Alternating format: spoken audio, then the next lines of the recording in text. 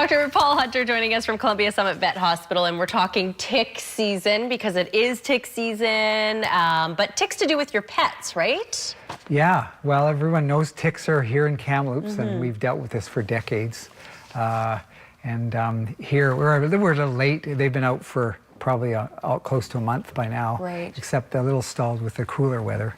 So as the temperatures warm up in the early spring here and the south-facing slopes down low in the grasslands particularly, the ticks get active and they start to, they call it questing, where they climb up grass and low shrubs and wait for a warm mammal to come by and then grab on as they sweep against the foliage and then begin to climb up to seek a warm spot to begin to feed by driving their proboscis or little mouth parts into the body to draw some blood. And that can be particularly dangerous. We should introduce who we have here. We've got Cinch. Who's rolling around.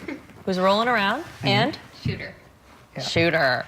Okay. So any dogs, just like these guys, easy for them to catch a tick or for a tick to get on them? Any dog. And cats to some degree also, but they tend to pluck them off, I guess, themselves. They're a little more fastidious. But any dog or human or horse or anything traveling through the grasslands at this time of year in the heavily infested areas will pick up ticks. So what's the danger then to the animals, essentially? So there are 3 or 4 species of ticks common in Canada.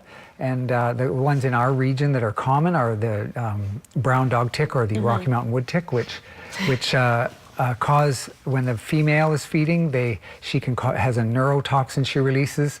Really, I guess the idea is to incapacitate the host so that they can grow on the host as long as possible.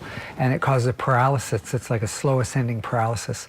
And in the case of dogs, we commonly see it. More than a few every year. The good news is that it's not a disease state. It's just a temporary state while the tick is attached. And when the tick is removed, they will generally recover unless they're otherwise debilitated or have been kind of paralyzed for quite a time.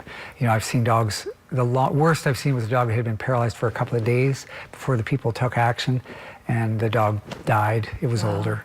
But mostly they recover.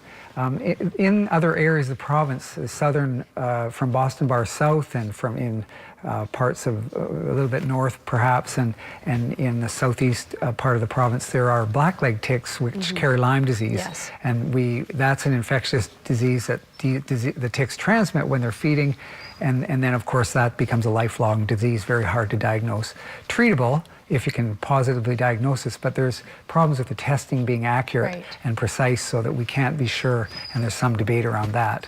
Okay. So in the pictures here, there's a dog with a lot of ticks on his ear, and that's unusual. Usually we have a solitary tick on a dog. Really terrible looking. Yeah, and usually ticks tend to be under the collar area or underneath the, or anywhere in the body, but most commonly where the collar is, because they kind of climb underneath it where it's nice and warm. Okay. So there's deer ticks, which carry Lyme disease, and there's wood ticks, which cause a paralysis. So that's a brown dog tick or a wood tick.